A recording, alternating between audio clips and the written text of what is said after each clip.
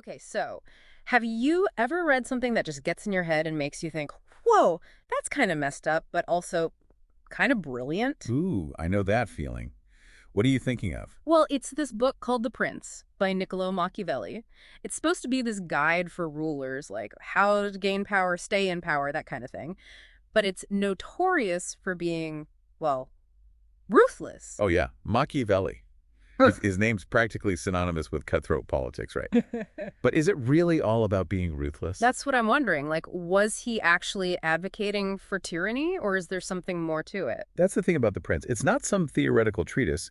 It's rooted in Machiavelli's actual experience. He was living in Renaissance Italy, think warring city-states, backstabbing, power grabs left and right. So, not exactly a peaceful time. Anything but. And Machiavelli was right in the thick of it as a diplomat. So he saw firsthand how leaders actually behave, not just how they were supposed to behave. He was like, forget the philosophy, show me the power plays. Exactly. He was all about what actually worked in politics, even if it meant bending the rules a bit, or a lot. He called it the effectual truth, which kind of ruffled some feathers back in the day. Because it's basically saying, hey, sometimes you gotta play dirty to get things done. It's more like he was saying that traditional morality, always being just and merciful, sometimes it just doesn't cut it in the real world of politics. Especially if you're starting from scratch, right? Right. He was particularly interested in what he called new princes, those who gain power through their own efforts, not just inheritance. Think about it. Like someone building an empire from the ground up, not just inheriting it. Exactly. They don't have generations of legitimacy and tradition backing them up.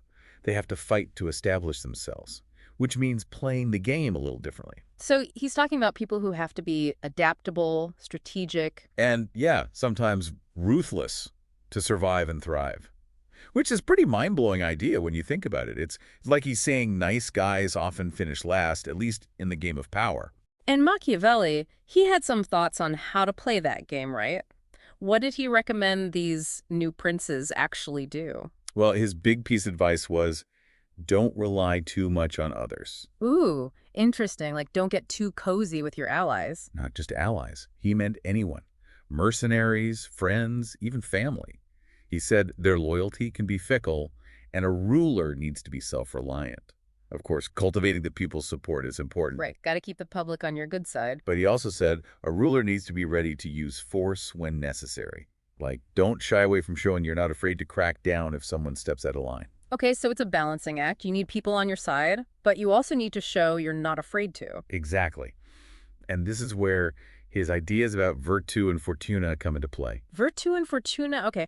But virtù, that doesn't just mean being a good person, right? It's a little more complicated in Machiavelli's world. Way more complicated. How so? Well, for Machiavelli, virtù was more about skill, adaptability, cunning, even Ruthless. when the situation called for it. Yeah.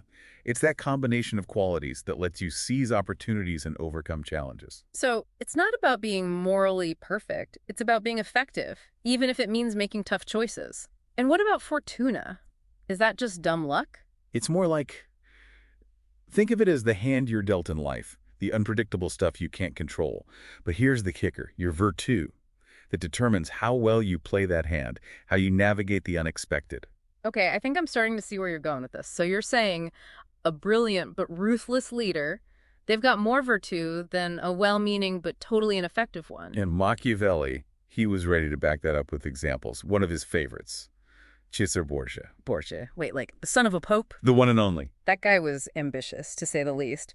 But Machiavelli, he seemed kind of impressed by him, didn't he? Well, he definitely admired Borgia's effectiveness. Like, he saw how he used strategy, cunning. And let's just say he wasn't afraid to use a little force to get what he wanted. I mean, he even had a rival executed and then put the body on display as a warning. Talk about sending a message. But even Machiavelli seemed to think some of Borgia's tactics were, well, maybe pushing it a bit. He even mentions another ruler, Agathocles, who went so far as to kill his own citizens to grab power. Like, isn't that crossing a line? Yeah, the Agathocles example, that's a tough one. Machiavelli says those actions weren't morally right, but then he goes on to praise how effective they were.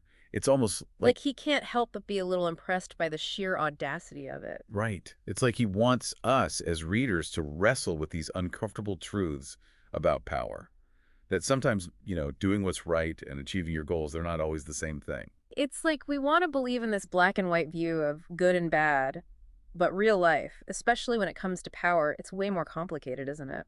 And Machiavelli, he's not letting us off the hook with easy answers. But let's move on to another big question he tackles, something every ruler has to figure out. How do you actually maintain power? How do you prevent rebellions? Right. Because what's the point of gaining power if you can't hold on to it? Exactly. So is it better to be loved or feared? What do you think? Honestly, I'd much rather be loved. Who wants to live in a constant state of fear? But something tells me Machiavelli might have a different take on this. You would be right. He famously argued that while being both loved and feared is ideal. The best of both worlds, right? Sure, but if you have to pick one, fear is the more reliable option. Whoa, that's a little dark, isn't it? Like a pretty cynical view of human nature. Maybe.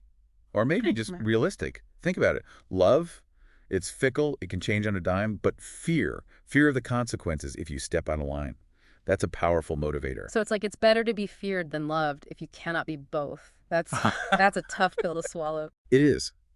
But again, Machiavelli, he wasn't saying a ruler should be a cruel tyrant. He actually emphasized that a ruler should avoid unnecessary cruelty. So it's about being strategic with fear, not just being a jerk for the sake of it. Exactly. He believed force should be used decisively, but only when absolutely necessary. Hmm. Like a surgeon with a scalpel, it's a dangerous tool, but in the right hands, used carefully and precisely, it can save a life.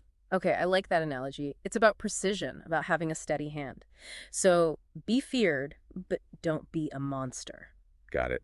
Now, what about some of the more practical stuff Machiavelli gets into? Like, should a ruler build fortresses, raise huge armies? What were his thoughts on all that? Well, he had some pretty specific and sometimes surprising ideas about all of that. Like, for example, he wasn't a big fan of relying too heavily on fortresses. Really interesting. Most rulers back then, they were all about those impenetrable fortresses. Right, but Machiavelli argued that if a ruler has the people on their side holding up in a fortress, it makes you look weak, like you don't trust your own people to have your back. It sends the wrong message. So, project confidence, not paranoia.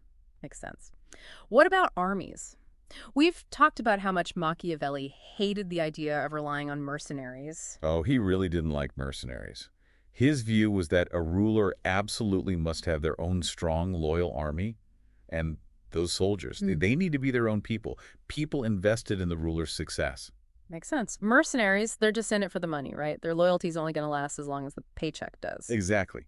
And when it came to auxiliaries, those are troops borrowed from other rulers. Well, Machiavelli had even harsher words for relying on them. He said it was even riskier than mercenaries, because if you do win with their help, now you owe them big time, which puts you in a pretty vulnerable position. It's like going into debt to win a war. You might get what you want in the short term, but you'll be paying for it for a long, long time. So build your own army, make it strong, make it loyal. Okay, now what about advisors? I'm curious about his take on this, because if you're trying to be this strong, intimidating, kind of feared leader, isn't it dangerous to have people whispering in your ear? You'd think so, right? But Machiavelli actually believed in the importance of having good advisors, people who would be completely honest with him, even if it wasn't what he wanted to hear. So he wanted people who would challenge him, not just yes-sayers. That's exactly it. He said a ruler should encourage frank feedback, but also be wary of any advice that seemed a little too self-serving. You gotta think about people's motivations. So trust your gut. You're the one in charge, the one making the final decisions.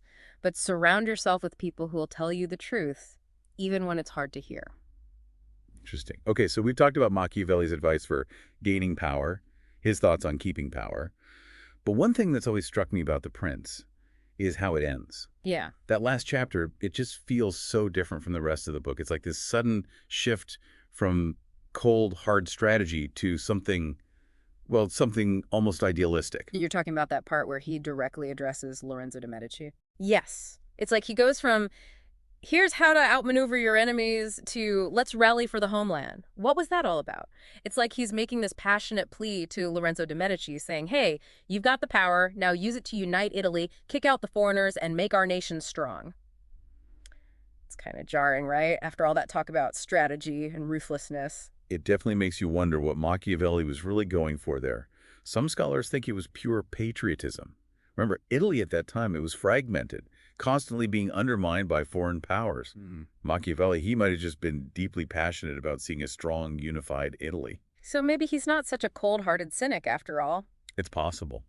But of course, some scholars see that last chapter as a more calculated move. Like Yeah. Machiavelli had fallen out of favor with the Medici family, so A maybe. strategic move to get back in their good graces, like Yes. appealing to their sense of ambition, their desire for power. Exactly. So is it genuine patriotism? Mm. A savvy career move? Mm. Or maybe a little bit of both. That's part of what makes Machiavelli so endlessly fascinating.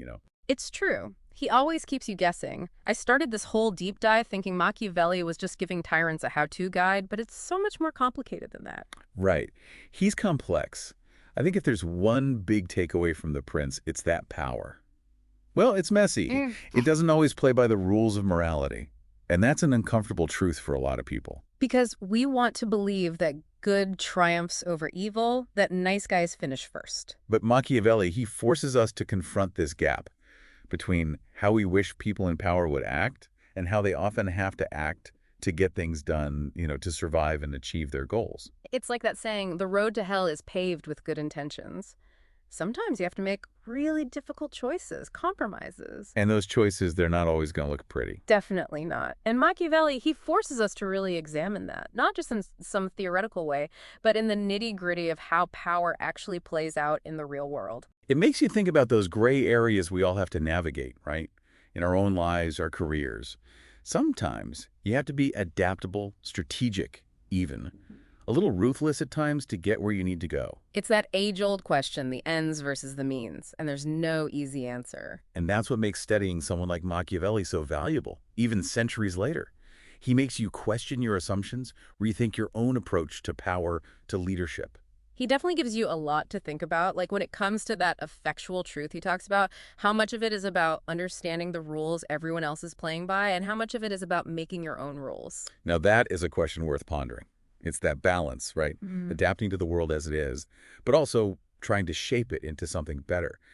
And honestly, I think that's where The Prince, for all its darkness and cynicism, it actually leaves us with a little glimmer of hope. A glimmer of hope, really. Think about it. Machiavelli, he doesn't just say, be ruthless and you'll win, right? Mm. He gives us examples of leaders who were cunning, effective, but they were also brought down, sometimes by their own ambition, by not understanding the limits of power. So maybe the real lesson of The Prince is that it's complicated. There's always more to learn, more to consider. There's no one right answer when it comes to leadership, to morality, to power. Exactly. And that's why we're still talking about this book, Mhm. hundreds of years later. It challenges us. It makes us think. And it reminds us that the quest for knowledge, for understanding power, Mm. that never really ends. Well said. And on that note, I think we'll wrap up our deep dive into The Prince. A huge thank you to you for walking us through it all. It's been enlightening, to say the least. It's always a pleasure to dissect a bit of Machiavelli. And to our listeners, thank you for joining us for this deep dive. We hope you've enjoyed it. And remember, in a world that often feels Machiavellian, knowledge is power.